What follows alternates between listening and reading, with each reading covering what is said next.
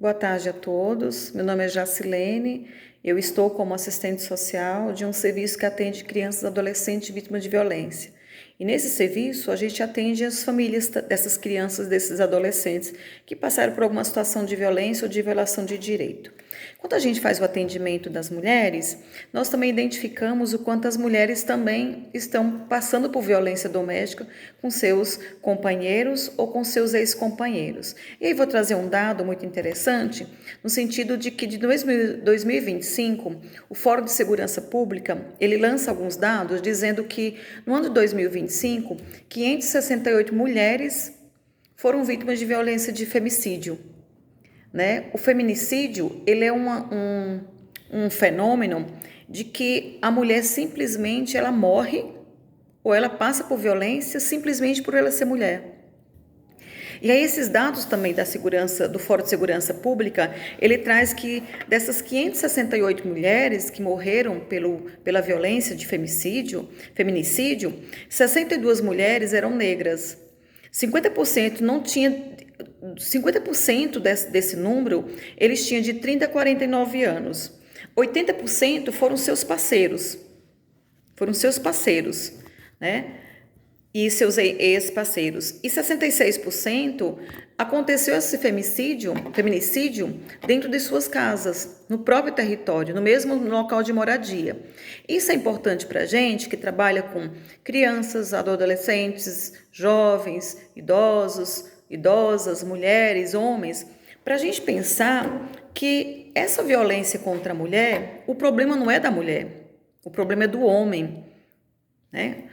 Muitas vezes a gente vai falar sobre o feminicídio para as mulheres, mas a gente precisa abordar e refletir junto com os homens, porque é um problema dos homens.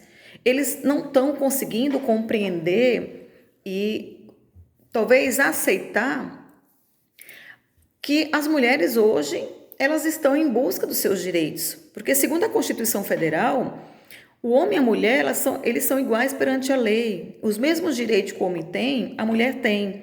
Mas a gente sabe que no processo da construção do Brasil, o papel da mulher, ela está encarregada a serviços domésticos, dentro do lar, de cuidar do filho, cuidar do esposo, cuidar da família. E a mulher, ela foi buscando espaços que antes eram um espaço só masculino. Então, hoje as mulheres estão ocupando os espaços aonde elas quiserem, que é um direito de todas as mulheres, né? Porque elas também têm dignidade, elas têm direito, elas estão protegidas com os mesmos direitos, com a Constituição Federal e tantas outras leis aí, que são protegidos para que as mulheres não passem por violência.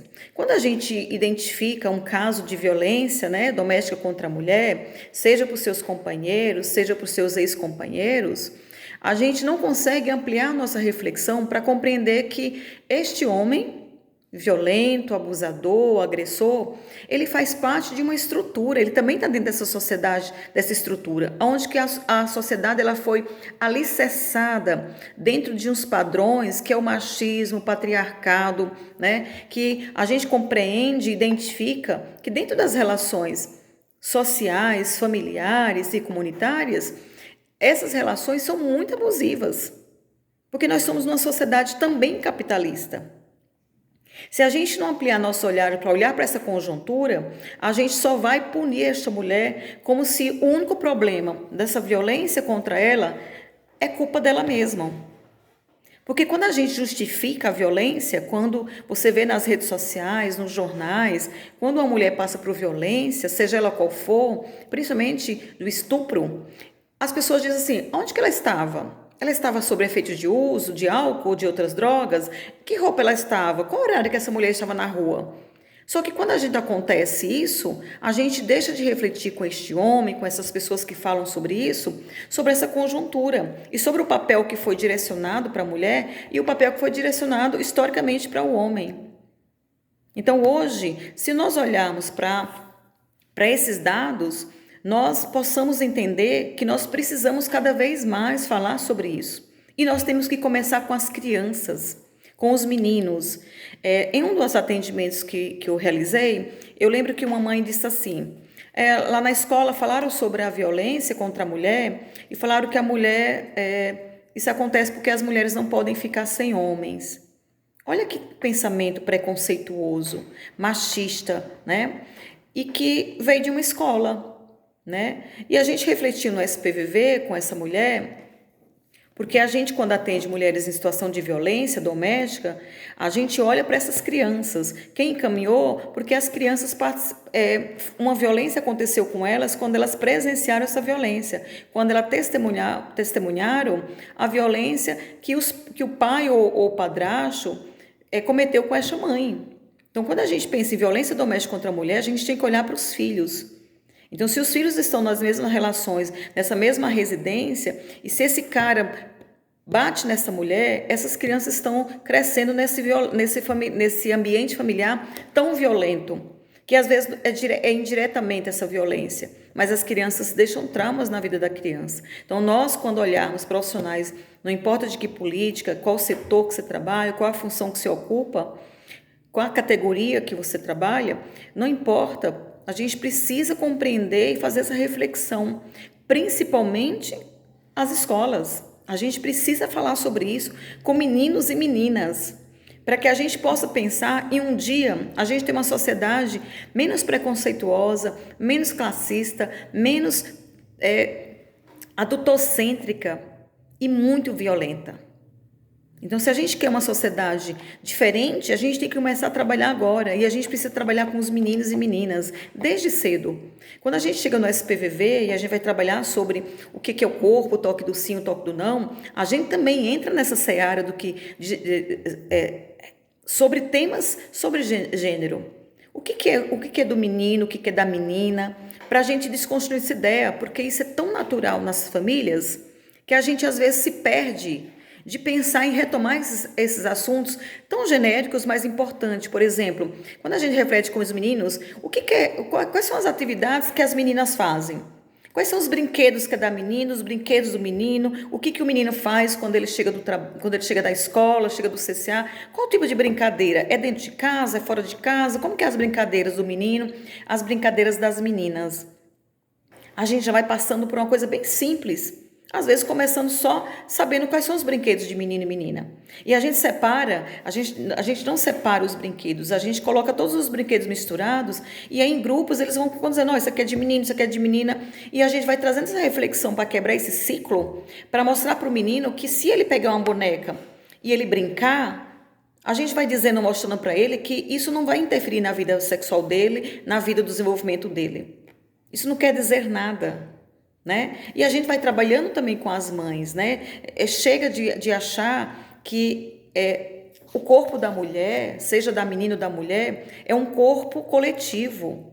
Não é um corpo coletivo. E quando a mulher diz não, quando a mulher diz não, é não.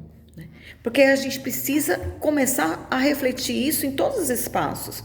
Imagine se o SASF, se a escola, o CCA, esses cursos profissionalizantes, o esporte, a cultura, né, a UBS, todos os serviços começassem a falar também dentro de casa sobre isso, a gente ia ter mais espaço de reflexão e mais espaço para que essas crianças compreendessem, este homem compreendesse, essa mulher compreendesse os seus direitos, inclusive quais são os canais de denúncia. Então, fiquemos atentos a isso. A violência contra a mulher é importante a reflexão e a intervenção e o encaminhamento.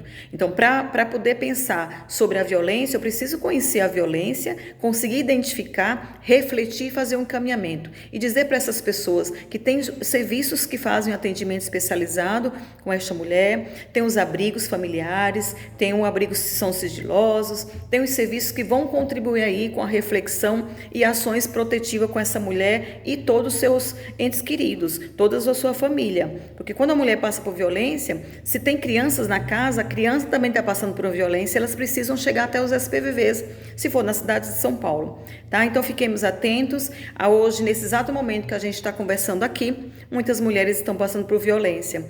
E muitas vezes deixam marcas no corpo e às vezes essa mulher vai para algum serviço e esse serviço não consegue identificar que essa mulher está passando por situação de violência, acolhê-la, refletir com ela junto e oferecer aí os canais de denúncia, como também as ações que ela pode ser efetivada na vida dela, para que ela pode mudar de vida.